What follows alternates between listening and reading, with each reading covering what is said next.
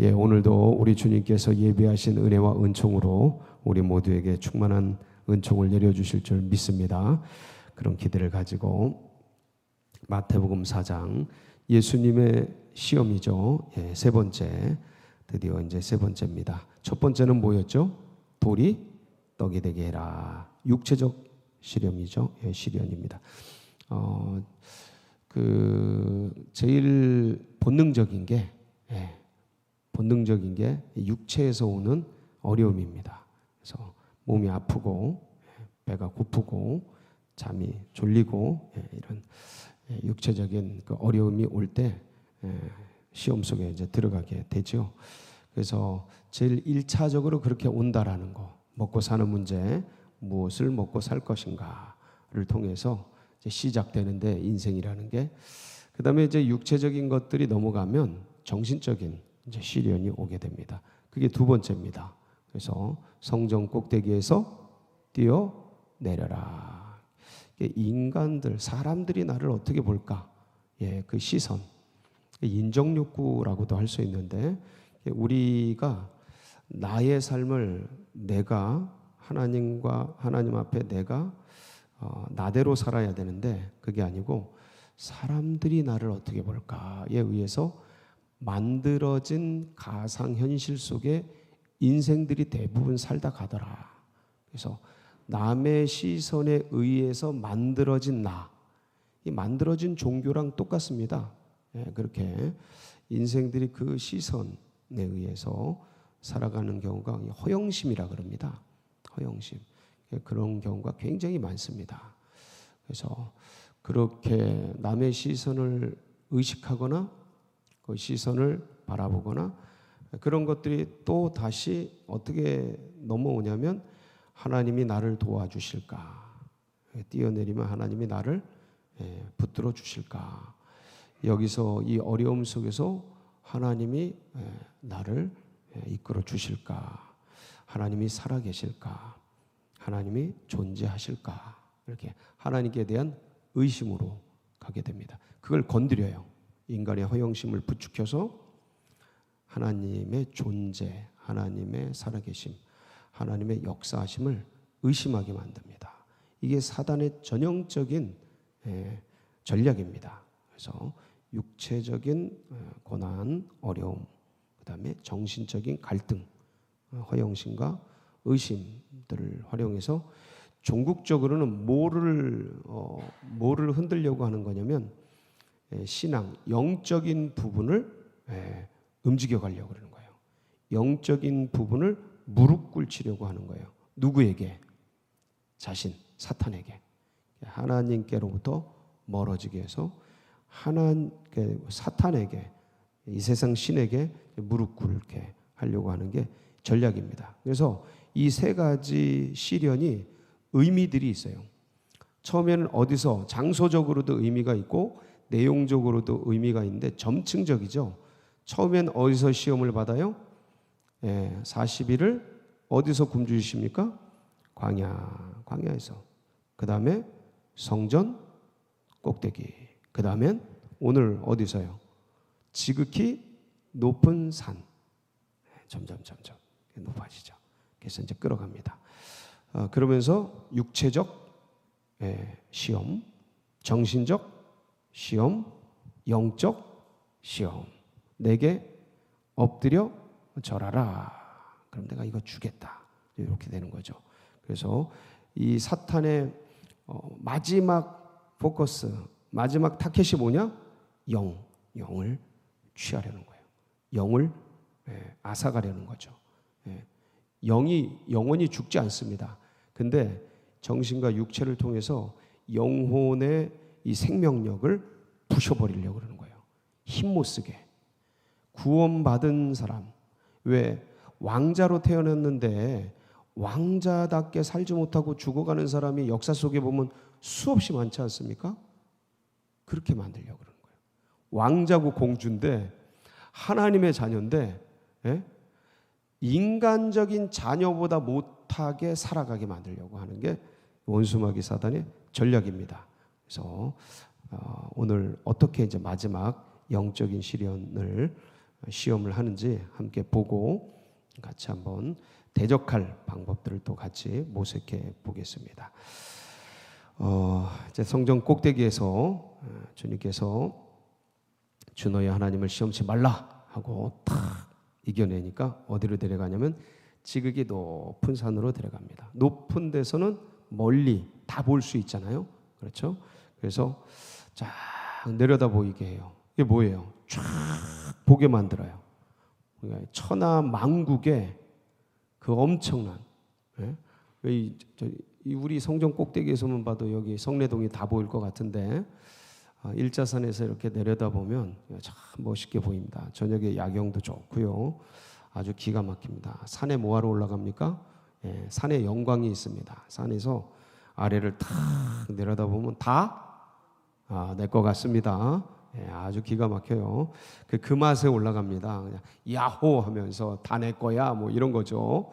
정신 승리입니다. 어쨌든 간에 그 모든 것들을 바라보면 엄청나게 멋지고 화려하고 대단합니다. 이 자연 속에서 주는 것뿐만 아니라 도시 문명이 건설한 그 엄청난 인간의 그 힘, 능력 이런 것들 마치 내 것 같이 보여지면 대단한 흥분 속에 이제 빠지게 되는 겁니다. 이게 이제 보는 것에서 뭐가 와요? 견물, 생심. 보는 것에서 마음이 생기죠. 그래서 아담과 하와가 첫사람 아담이 뱀의 말을 듣고 보니까 사과를 보니까 어떻게 보여요? 먹음직도 하고 보암직도 하고 지혜롭게 할 만큼 탐스럽기도 한지라. 넘어갔죠. 넘어간 겁니다. 프레임이 넘어간 거예요. 이 마음의 생각이 넘어간 겁니다.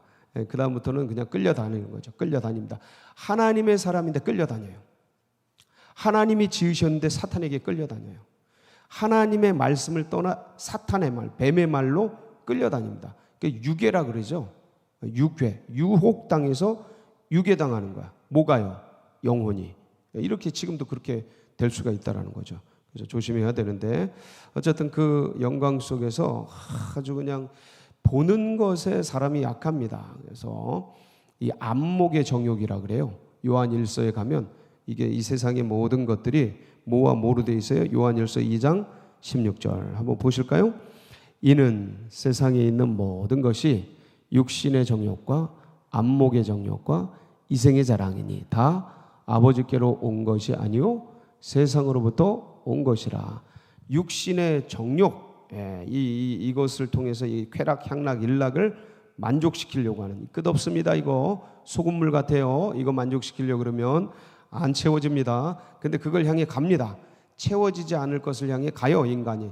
사탄의 세상 신이 움직여가는 거죠. 안목의 정욕, 여기서 오는 이 육체적 정욕, 욕망 얼마나 강력합니까? 쫙 보여주니까 갖고 싶어. 확 일어나는 거죠. 그래서 나한테 뭐해? 저래. 다 줄게. 이렇게 해서 넘어가는 거예요. 이건 음악 세계든 예술 세계든 어느 세계든 다 똑같아요. 신앙 세계도 그렇고요. 이 정치 세계도 그렇고 경제, 이 돈, 물질 이 세계도 그렇고 그러니까 예능을 어떤 그런 아트 예술을 하는 모든 게 문학 어떤 것이든 글을 쓰든 그림을 그리든 조각 모든 것 마지막에 가면 저걸 더 갖고 싶은데 탁 일어납니다. 그때 그거 줄게 영혼을 나에게 줘. 이 영화에서 나오잖아요. 항상 다 그래요. 모든 면이 다 그렇습니다. 마지막에 가면 이거예요. 자, 그런데 보세요.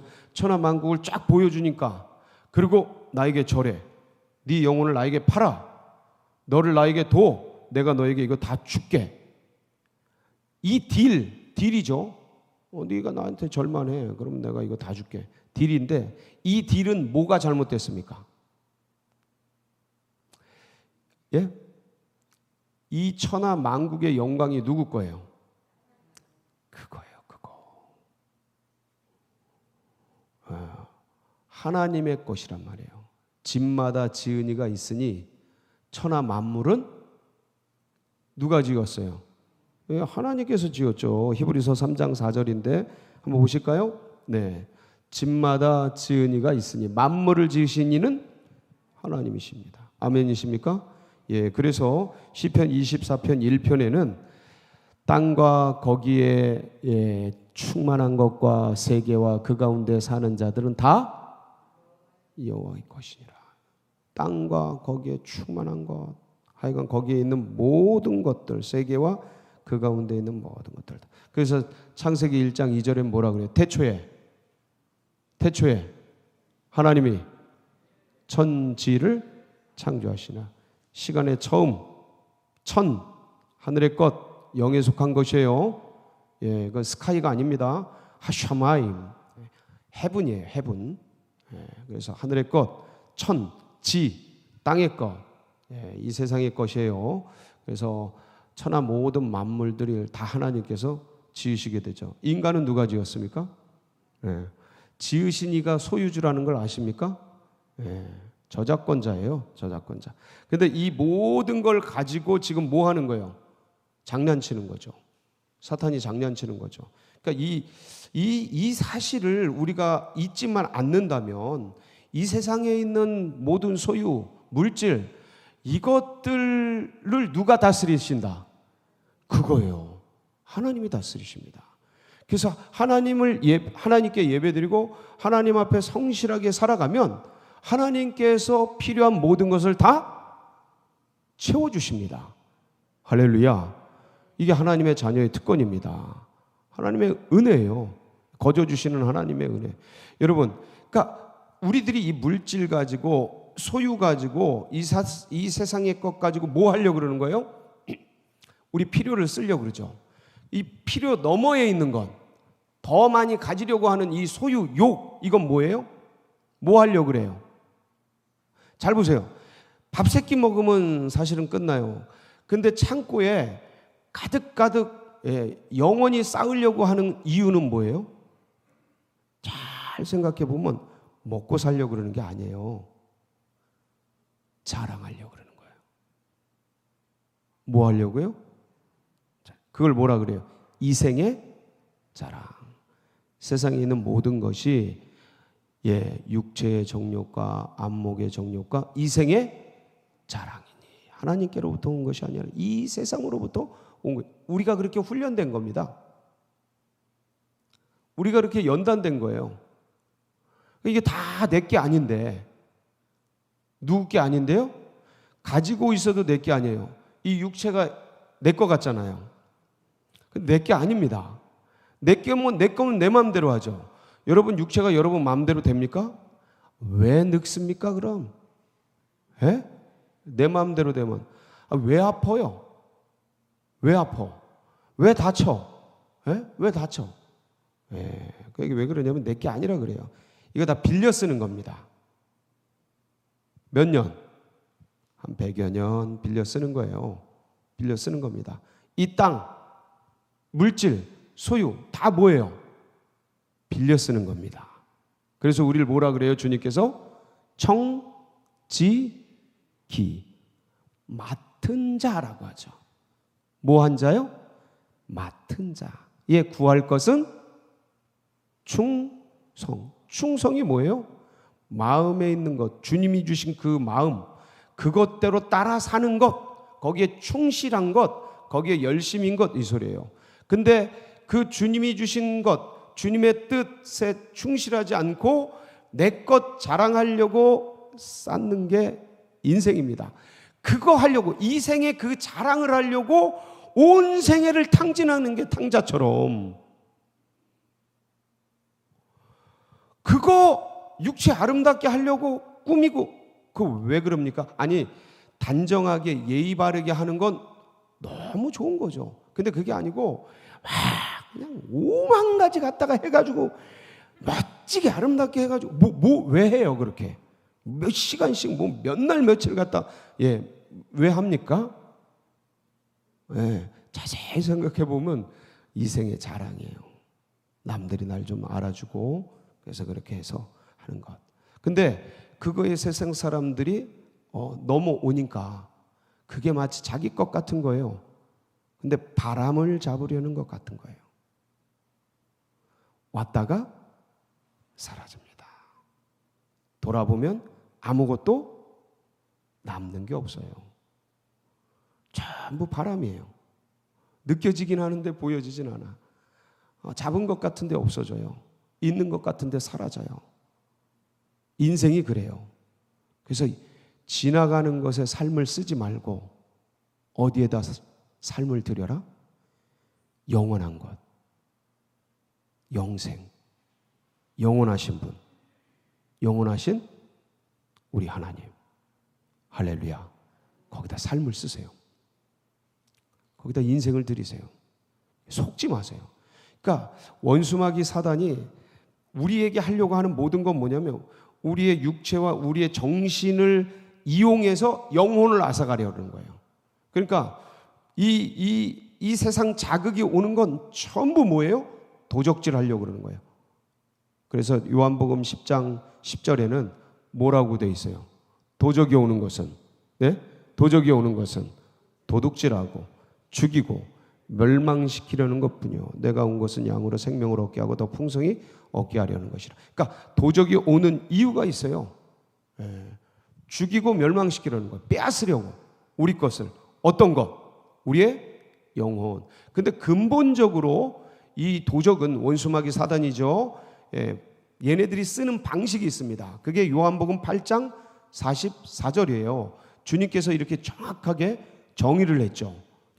너희는 너희 아비 마귀에게서 났으니 너희 아비의 욕심대로 너희도 행하고자 하느니라. 그는 처음부터 뭐 한 자요?